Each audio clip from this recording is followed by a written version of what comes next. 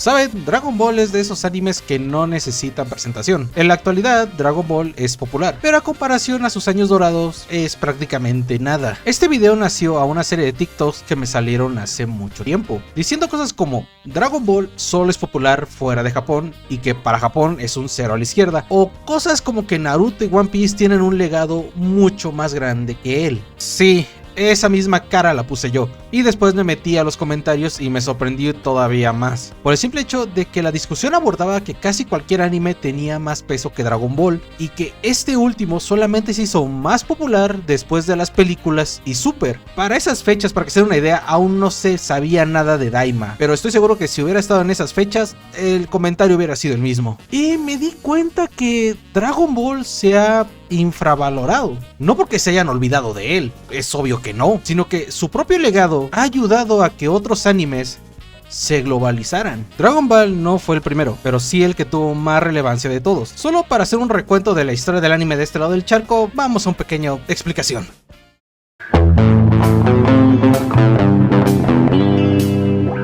Corren los años 60, la revolución sexual, la guerra de Vietnam, la lucha por los derechos civiles y la contracultura estaban en su apogeo. Con la popularización de la televisión, los cortos animados pasaron del cine a la TV, reutilizando esos cortos animados una y otra vez, pero hacer esto sería muy aburrido para el televidente a corto plazo. Por ello, exportaron animación de otras partes del mundo, Japón siendo la favorita por costos bajos y volumen alto. Las series en esa época duraban hasta 24 a 100 capítulos. Estas animaciones se pensaron como una forma de rellenar en lo que se hacen más cortos animados originales, pero el tiro le salió por la culata, ya que en esos animes venía Astro Boy, considerado el padre del anime. Igual, no porque fuera el primero, sino porque su popularidad fue gigante. El mundo vio al niño del futuro. Después de ahí, fue historia. Heidi con 39 capítulos, yo te lo juro, creí que esa madre tenía más de 100. Meteoro, el papá de los autos locos. Candy, nunca pensé conocer a la viuda negra hecha humana. Novia que se conseguía, se moría. Además, qué ojete de la amiga. Mazinger Z, el papá de los mechas. Incluso llegaron los tokusatsus como Ultraman y Flashman. Pero de todos, un anime destacó, creado por un novato, Akira Toriyama. Así es, hablo de Dr. Slump. ¿Qué pensaron? ¿Que Dragon Ball era su único trabajo? Para nada, Dr. Slump fue el primero, y sobre todo, este anime le encantó a la gente de este lado del charco, ya que aunque tenía humor japonés, Akira Toriyama era fanático del cine estadounidense, influyendo en su humor y sobre todo en las referencias, papá. Ahora sí, me retiro, gente. Cuando Dr. Slump acabó, Dragon Ball era el siguiente manga de Akira Toriyama, un manga que se proyectaba a unas buenas ventas, aunque es raro que un manga tenga el mismo o más éxito que su obra que lo catapultó. Para que se den una idea, Dr. Slump juntó 35 millones de copias en toda su historia de publicación. Dragon Ball, un total de 156 millones de copias en Japón, rompiendo una escala a nivel nacional, poniendo un estatus en las peleas y la importancia de los propios arcos de entrenamiento, siendo que muchas veces veíamos a un personaje que podía con todo o que lo sabía todo, pero Dragon Ball hizo énfasis en las enseñanzas de las artes marciales, que un maestro que te guíe y el crecimiento de tus habilidades te ayuda a ser mucho mejor, algo que tal vez de manera consciente o no se reflejaría en Goku y Vegeta. Y me gustaría hablar sobre el impacto que tuvo al anime moderno y al manga, pero eso va a ser más adelante. Solamente téngalo presente que hay una razón muy personal para que los mangakas, animadores, dibujantes, prácticamente toda la industria lo tengan alto. Con la popularidad del manga era cuestión de tiempo que las televisoras se pelearan por el éxito de Dragon Ball, siendo Toei el que obtendría los derechos, comenzando con la publicación del anime. Y para sorpresa de nadie, esta tuvo el primer lugar durante casi toda su transmisión en Japón. Viendo la popularidad, el extranjero le llamó la atención y lo trajeron al mundo. Aquí se agradece agradece a las empresas de doblaje, ya que muchas de ellas compraron los derechos sin un tercero de por medio. Por eso en Latinoamérica tenemos dos doblajes, siendo la primera con el nombre de Zero y el Dragón Mágico, que se tomaba de base la versión estadounidense, teniendo ratings bajísimos la verdad, llegando solo a 60 capítulos. Pero ¿qué pasó? Pues su popularidad en el mundo, eso hizo que el cliente exigiera un cambio en el doblaje, trayendo los nombres originales de japonés, dando el doblaje que conocemos actualmente. Y eso solamente con el Dragon Ball original, por así decirlo. Cuando llegó Dragon Ball Z, uy, agárrate porque aquí se nota la importancia de Dragon Ball. Como saben, en la actualidad se considera que el anime y el manga son dos monstruos totalmente diferentes. Pero ¿por qué pasa esto?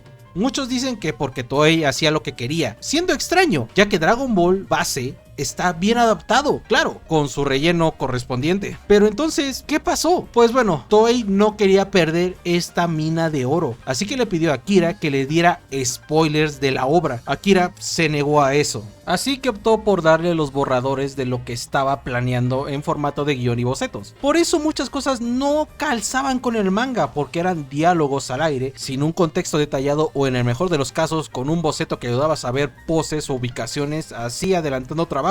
Pero no fue lo único, siendo que se crearían rellenos en algunos arcos, como por ejemplo entrenamiento de Gohan y el del espacio, que servirían para que el anime avanzara para los momentos más importantes, siendo el arco de Freezer el más caótico sobre todo esto. No solo porque apareció el Super Saiyajin, sino que Toei no sabía cómo se iba a ver, tanto así que alargaron tanto la pelea de Freezer con todo para que Akira lo presentara en el manga con una resolución óptima. Dense cuenta que ningún anime recibió este trato, que llegó al punto donde una empresa le pedía avances para no tener detenida la máquina, estableciendo el relleno no solo para, entre comillas, enriquecer la obra, sino ayudarle a esperar el material original, algo que Naruto y One Piece tuvieron que sufrir de sobremedida. Pero eso fue el apartado profesional, pero ahora vamos al personal y al legado de Dragon Ball. Esto sorprenderá a muchos, pero el manga, aunque popular, era igual que los cómics. Era un pasatiempo de frikis. No había nada de malo tener uno que otro tomo, pero no era un tema de conversación, ni mucho menos ser visto de buena manera. Izuki Gondaira, autor de Mission Yakuzaru Family, te perseguiré a ti y a tu enorme legado, como haría Arale por siempre. Dragon Ball llegó al público casual y desinteresado del manga. Comenzó a consumirlo día a día. Dragon Ball se volvió cada vez más popular hasta volverse un tema de conversación. Yoshihiko Hayashi, autor de Mama Yuyu, hice tantos amigos de pequeño gracias a Dragon Ball. Descanse en paz. Ahora era normal hablar sobre el siguiente capítulo del manga. Ahora era divertido gritar Sal Shenlong. Niños, adolescentes y adultos veían a un niño que nunca se rendía y disfrutaba de las peleas como ningún otro. Yuto Suzuki, autor de Sakamoto Days, cuando era niño dibujaba tantas veces a Goku que hasta podía hacerlo de memoria. Descansa en paz. Ahora mucha gente tenía un sueño, el sueño de crear tu propio mundo, tus historias y sobre todo tu legado. Este pensamiento, este gran sueño, se apoderó de toda una generación. Eiichiro Oda, autor de One Piece. Es demasiado pronto, el agujero es demasiado grande. Él me dio el sueño de que el manga puede hacer cosas como estas y que nosotros podemos ir al mundo. Me gustaría expresar mi respeto y gratitud al mundo ricamente creativo que Toriyama Sensei dejó atrás y orar por su descanso desde el fondo de mi corazón. Ahora mismo estaría en un halo en la cabeza diciéndolo como: sí que es difícil ser mangaka, mientras haces maquetas y pasas del resto del mundo. Te mando un saludo. Recuerdo la primera vez que vi Dragon Ball, como un niño regordete viajaba por el mundo en busca de aventuras, mientras conocía amigos y se enfrentaba a los malos. Salía al recreo para jugar con mis amigos y tirarnos kamehameha sin preocuparnos de la vida. Masashi Kishimoto, autor de Naruto. Para mí, él era el dios de la salvación y el dios del manga. Siento una sensación de pérdida aún mayor que cuando terminó Dragon Ball. Gracias, Akira Toriyama Sensei, por todos los divertidos trabajos que has realizado durante los 45 años.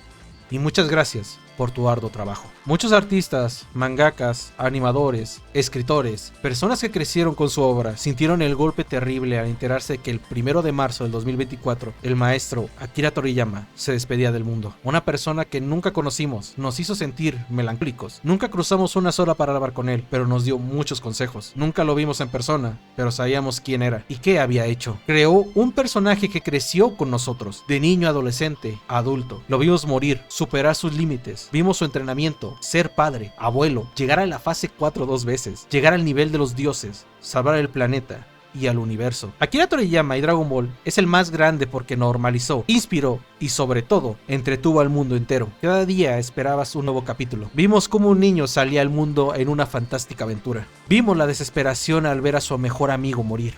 Vimos al niño volverse un hombre. Vimos sus raíces y enfrentarlas. Gritamos para transformarnos en Super Saiyajin mientras veíamos al emperador del universo temblando ante un guerrero de corazón puro. Vimos a un padre e hijo uniéndose para derrotar a un ser perfecto. Vimos el nacimiento de un superhéroe. Vimos a un príncipe sacrificándose por sus seres queridos. Vimos la fusión más poderosa del universo. Vimos a un simple mortal ser admirado por dioses. Masakusa Katsura, autor de Video Gear Eye, era una persona interesante, lasciva, lindo, venenoso y humilde. No pensé en su grandeza como artista del manga.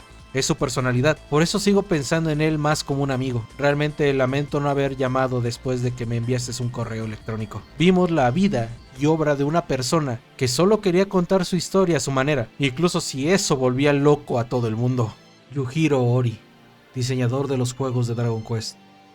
No puedo creer que vaya a morir. La historia de Dragon Quest se basa en los diseños de personaje de Akira Toriyama. No sé qué decir. Estoy realmente decepcionado. Las nuevas generaciones no tienen la obligación de conocer cómo fue esta época. Ellos pueden hablar de manga, anime, series, cómics, videojuegos. Tienen un mundo que comparte sus gustos. Pero es nuestro deber recordar esta época. Una época donde una obra nos dio la libertad de expresar ese gusto al mundo. Akutami Gege, autor de Jujutsu Kaisen. Soy indigno de decirte nada. Que descanse en paz. Dragon Ball se está infravalorando, pero eso no es malo, es parte del mundo que ayudó a crear. Y desde aquí mando mis respetos a Akira Toriyama, porque no estaría aquí sin Dragon Ball.